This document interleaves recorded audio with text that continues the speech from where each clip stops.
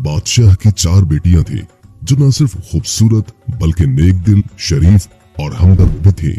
उनमें से 3 की शादी हो चुकी थी, लेकिन सबसे छोटी बेटी नीलोफर अपनी तीनों बहनों से ज्यादा हसीन, समझदार और शरीफ थी। उसके बाल सोने के थे, मगर उसकी शादी इसलिए नहीं हुई कि अभी तक कोई ऐसा शहजादा नहीं आया था जो इतना खूबसूरत, दिलकश और समझदार हो। बादशाह और मलिका अपनी इस बेटी को बहुत चाहते थे और चाहते थे कि वो किसी अच्छे शहजादे से शादी करे। एक दिन शहजादी और उसकी सहेलियां खेलते खेलते शाही महल के करीब वाक़े दरिया तक पहुंच गईं। सहेलियों ने जब देखा कि पानी चांदनी की तरह चमकता हुआ बह रहा है तो उन्हें दिल की ख्वाहिश हुई कि वो उसमें नहा ले, और उन्होंने शहजादी को भी राजी कर लिया। शहजादी ने अपनी सहेलियों की बात मानी और वो सब दरिया में नहाने लगी। इस दौरान शहजादे के कुछ बाल दरिया में गिर गए और फिर ये सब वापस महल में आ गई। उसके बाल बहते हुए दूसरे बादशाह की सल्तनत में पहुंचे और एक चट्टान पर रुक गए। इत्तेफाक से उस जंगल में उस बादशाह का बेटा शिकार खेलने आया हुआ था और उसके दोस्त पानी पीने के लिए दरिया के करीब आए थे। एक दोस्त ने चमकते हुए सोने के बाल देखे और फौरन उन्हें उठाकर शहजादे के पास ले आया। शहजादा उन बालों को देखकर हैरान रह गया और उन्हें अपने कमरे में ले गया। मलिका ने उसे खाना पेश किया, मगर शहजादे ने इनकार कर दिया।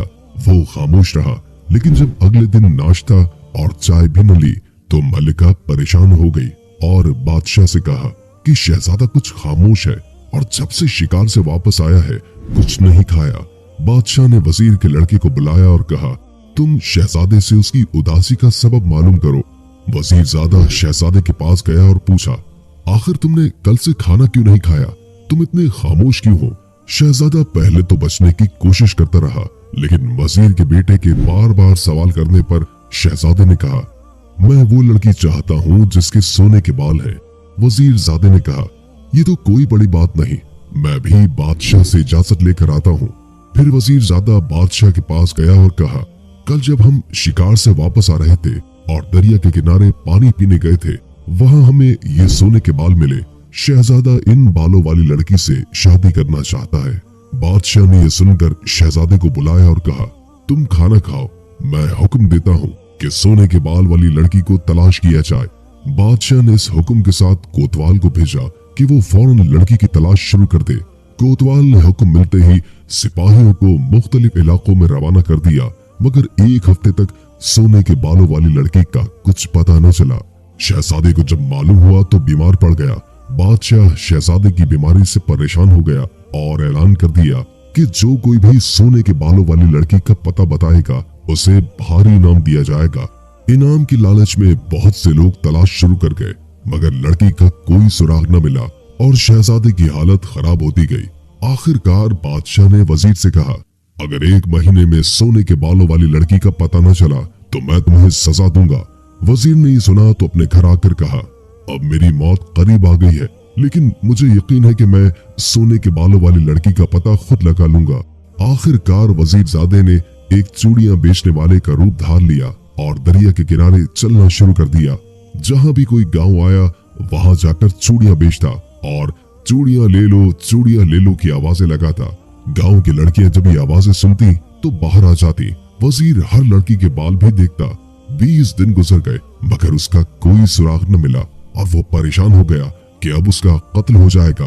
वो जल्दी से सफर करता रहा और आखिरकार शहजादी नीलोफर के शहर पहुंचा। वहां भी चूड़ियां बेचता रहा, लेकिन किसी को भी सोने के बालों वाली लड़की का पता न मिला।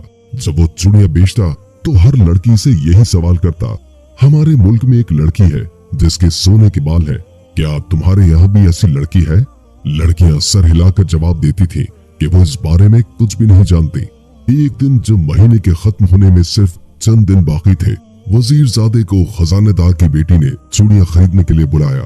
जब वो उस लड़की को चूड़ियां पहना रहा था तो उसने उससे भी वही सवाल किया जो वो अक्सर लड़कियों से पूछता था, हमारे मुल्क में एक लड़की के सोने के बाल है, क्या तुम्हारे यहाँ भी किसी के सोने के बाल है?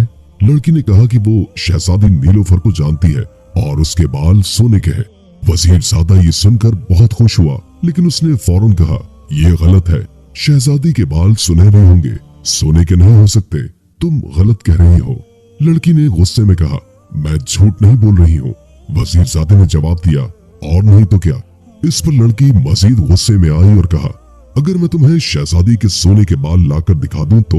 वजीरजादे ने फौरन कहा, अगर तुमने शहजादी के सोने के बाल दिखा दिए तो मैं तुम्हें ये कीमती चूड़ियां मुफ्त दे दूंगा, लेकिन अगर तुम गलत निकली और शहजादी के बाल सोने के न हुए तो तुम्हें मुझसे शादी करनी पड़ेगी।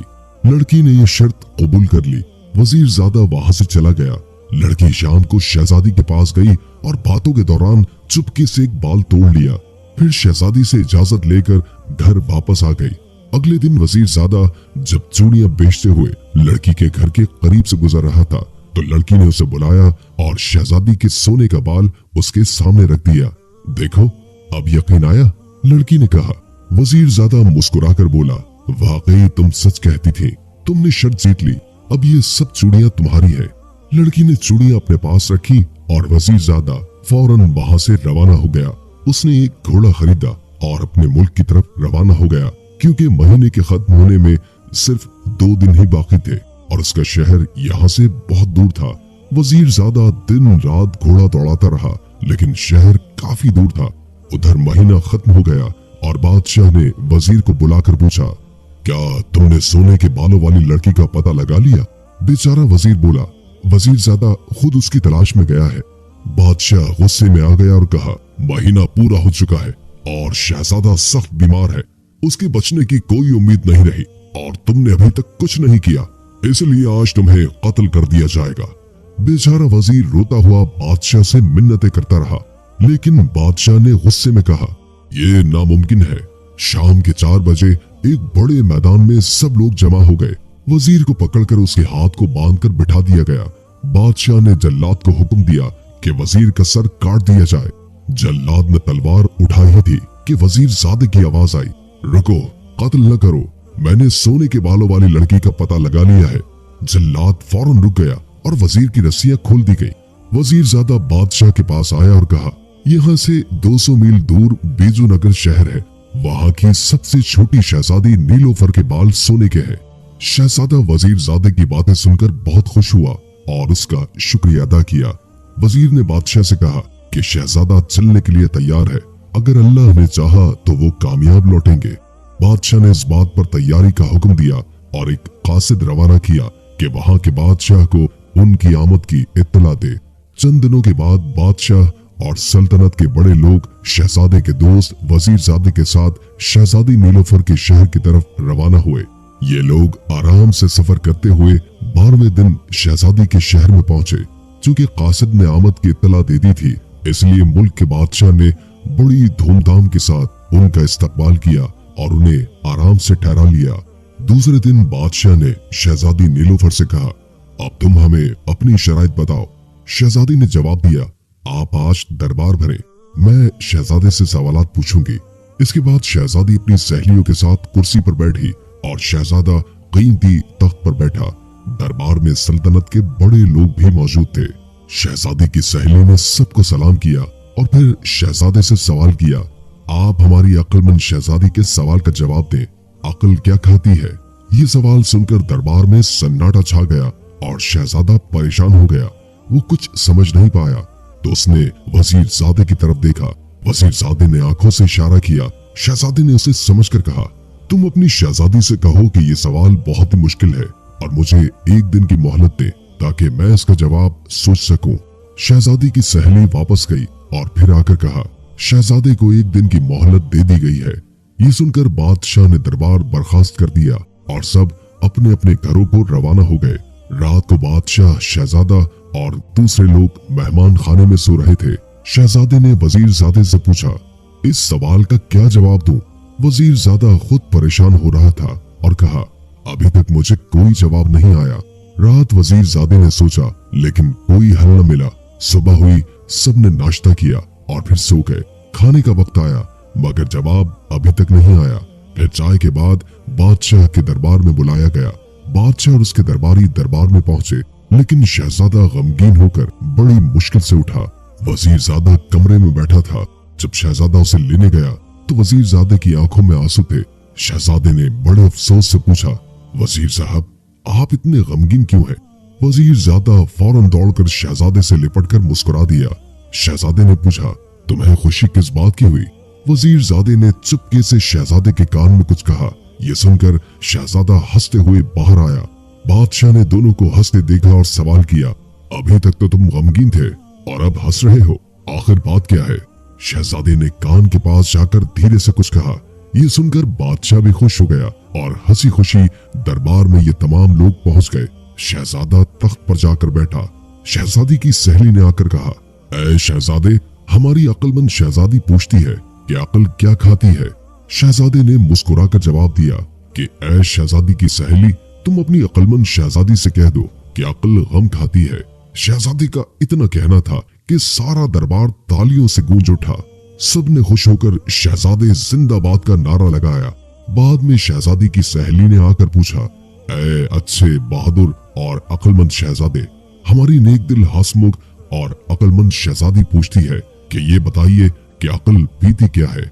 दूसरा सवाल सुनकर वो सब अक्लमंद लोग घबरा गए और सारे दरबारी शहजादी के सवाल को सुनकर ताज्जुब करने लगे। शहजादे ने पहले रोज की तरह आज भी एक दिन की मोहलत मांगी और दरबार बर्खास्त हो गया। ये सवाल इस कदर टेढ़ा और मुश्किल था कि सब लोग घबरा रहे थे और आज तो वजीरजादा भी खासा परेशान था। सभी ने अलग अलग जवाबात सोचे। कोई कहता कि अक्ल आंसू पीती है, किसी की राय थी कि अक्ल खून पीती है, बास कहते थे कि फिक्र को पीती है। इसी राय में 24 घंटे गुजर गए और दरबार जाने का वक्त आ गया। कुछ देर के बाद आदमी बुलाने आया और ये सब रंजीदा और खामोश दरबार की तरफ रवाना हुए। रास्ते में बादशाह को गुस्सा आ गया और उसने बड़े गुस्से से कहा, मैं पहले ही कहता था कि ना चलो, मगर ये जिद्दी शहजादा ना माना और आज मुझे और मेरे सब दरबारियों को इसकी वजह से शर्मिंदगी उठानी पड़ेगी। उसे गुस्सा करते देख एकदम वो जोर से हंसने लगा। बादशाह ने उसकी गुस्ताखी पर मुड़कर उसकी तरफ देखा और गुस्से से कहा, तुम्हें शर्म नहीं आती कि हम सब परेशान हो रहे और आज भरे दरबार में जलील होना पड़ेगा और तुम हंस रहे हो? शहजादे ने बड़े अदब के साथ बादशाह के कान में झुककर कुछ कहा और फिर कहने लगा, बादशाह सलामत, मैं तो इसीलिए आपके गुस्से पर हंस रहा हूँ। बादशाह उसकी बात सुनकर मुस्कुराने लगा और फिर वजीरजादे ने शहजादे को बुलाया और चुपके से उससे कुछ कह दिया। पता नहीं क्या बात कही कि शहजादा भी बेइख्तियार हंसने लगा। दरबार में पहुंचे तो शहजादी की सहेली ने कल की तरह आकर फिर शहजादे से पूछा, ऐ अच्छे अक्लमंद शहजादे, हमारी अक्लमंद शहजादी पूछती है कि अक्ल पीती क्या है। शहजादे ने हंसकर जवाब दिया, ऐ अक्लमंद शहजादे की अच्छी सहेली, जाओ शहजादी से कह दो कि ये तो बहुत ही आसान सवाल है। अरे अक्ल गुस्सा पीती है। इतना कहना था कि दोनों सल्तनत के लोग खुशी से उछल पड़े और जोर जोर से वाह वाह वाह वाह कहने लगे। थोड़ी ही देर के बाद शहजादी खुद बुर्का ओढ़कर बाहर आई और शहजादे से कहा, आपने मेरे दोनों सवालों के ठीक ठीक जवाब दिए हैं और अब आखिरी शर्त यह है कि एक शेर पिंजरे में मुर्दा बंद है। आप पिंजरा खोले बगैर और पिंजरे की कोई चीज तोड़े बगैर उस मुर्दा शेर को पिंजरे में से निकाल दीजिए। ये सुनकर सब लोग बेहद घबराए और शहजादे ने एक दिन की मोहलत मांगी और दरबार बर्खास्त हो गया। जब शहजादा अपने मकाम पर आया तो उसने वजीरजादे से कहा, अब क्या होगा? वजीरजादे ने कहा, ये तो मेरी भी समझ नहीं आ रहा, आप फिक्र न करें, मैं सोचूंगा। दूसरे दिन वजीरजादे ने फिर चूड़ी वाले का भेष बदला और खजांची के मकान पर पहुंचा। लड़की ने जो उसकी आवाज सुनी तो उसे बुला लिया। वहां पहुंचे तो खजांची की लड़की ने कहा, तुम चूड़ी वाले के भेष में हो, तुम शहजादे के कोई साथी मालूम होते हो। पहले भी तुम मुझे धोखा देकर शहजादी का पता चला कर गए थे, बताओ तुम कौन हो?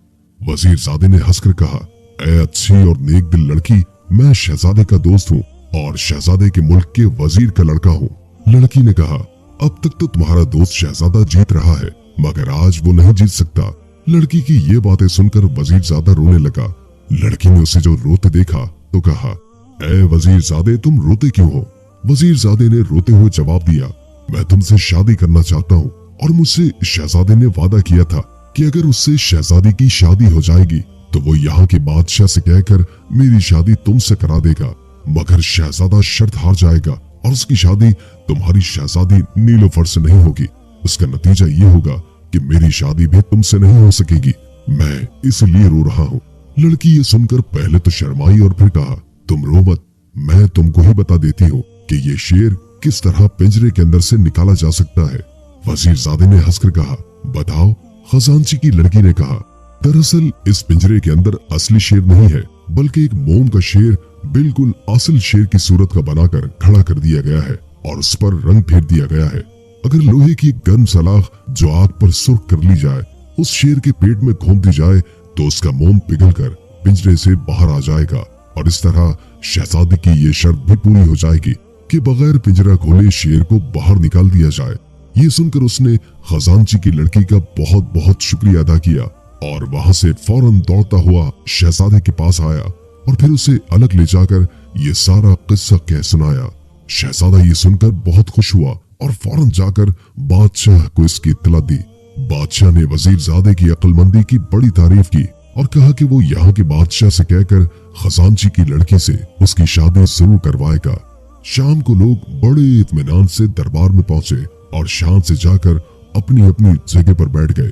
थोड़ी ही देर के बाद शहजादी बाहर आई और शहजादे से कहा, आप शर्त पूरी करने के लिए तैयार हैं या वापस जाना चाहते हैं? शहजादे ने हंसकर कहा, ऐ अक्लमंद शहजादी, मैं अकेला वापस नहीं जाना चाहता, बल्कि आपको भी अपने साथ ले जाना चाहता हूँ और आपकी शर्त को पूरा करने के लिए तैयार हूँ। शहजादी ने हुक्म दिया कि शेर का पिंजरा लाओ। थोड़ी देर के बाद शेर का पिंजरा लाया गया और उस पिंजरे के अंदर एक शेर बंद था और ऐसा मालूम होता था कि सचमुच का कोई जिंदा शेर पिंजरे के अंदर खड़ा है। कारीगरों ने उस मोम के शेर को इस अच्छे तरीके से बनाया था कि ये पहचानना मुश्किल था कि ये नकली शेर है। सब दरबारी उसे देखकर बहुत हैरान हुए कि इस जिंदा शेर को शहजादा बगैर पिंजरा खोले या पिंजरा तोड़े बगैर किस तरह से बाहर निकालेगा। पहले तो शहजादे ने उठकर पिंजरे को अच्छी तरह देखा और फिर शेर को बड़ी देर तक देखता रहा और फिर हुक्म दिया कि एक लोहे की बड़ी सी सलाख लाई जाए और बहुत सी आग सुलगाई जाए। हुक्म की तामील की गई। जब आग सुलगाई गई तो शहजादे ने उस सलाख को आग के अंदर रख दिया। सब लोग शहजादे की इस हरकत पर ताज्जुब करते रहे और उनकी समझ में कुछ भी न आया कि शहजादा क्या कर रहा है। जब 1 घंटा गुजर गया तो शहजादे ने सलाख उठाकर शेर के पिंजरे के अंदर शेर के पेट में उस आग को घोंप दिया। गर्म लोहा जो मोम के शेर पर लगा तो फौरन पिघलने लगा और थोड़ी ही देर के बाद सब मोम बहकर पिंजरे के बाहर आ गया। ये देखकर सब लोगों ने खूब शोर मचाया। शहजादे ने कहा, ऐ अक्लमंद शहजादी, मैंने बगैर पिंजरा खोले या तोड़े इस शेर को बाहर निकाल दिया है। अब आप बताइए आपकी क्या शर्त है? शहजादी शर्माकर ये कहती हुई अंदर चली गई। ऐ अक्लमंद शहजादे, आप सभी शर्तें जीत चुके हैं। शहजादे की शादी बड़ी ही धूमधाम के साथ शहजादी से हो गई। 4 दिन के बाद शहजादे ने उस मुल्क के बादशाह से कहा कि वजीरजादे की शादी इसी मुल्क के खजांची की लड़की से करा दी जाए। इस शादी में शहजादे और बादशाह ने खूब रुपया पैसा खर्च कर दिया और शहजादे की शादी से ज्यादा शानदार तरीके पर वजीरजादे की शादी की गई। इसके बाद शहजादा, शहजादी नीलोफर, वजीरजादा और खजांची की लड़की तमाम दरबारियों को लेकर अपने मुल्क में वापस आ गए। यहाँ कई रोज तक शादी की खुशी में गरीब मोहताजों को खूब रुपया पैसा बांटा गया। कुछ ही दिन के बाद बादशाह ने अपनी जगह शहजादे को बादशाह बना दिया। शहजादे ने अपने दोस्त वजीरजादे को अपना वजीर मुकर्रर किया और वजीरजादे के अब्बा की पेंशन मुकर्रर कर दी और फिर ये सब लोग बड़े ऐशो आराम से रहने लगे और रियाया की भलाई के लिए दिन रात काम करने लगे। ये कहानी हमें ये सिखाती है कि अक्ल, मोहब्बत और इज्जत नफ्स इंसान की जिंदगी की सबसे अहम चीजें हैं और यह वो चीजें हैं जो इंसान को कामयाब बनाती हैं।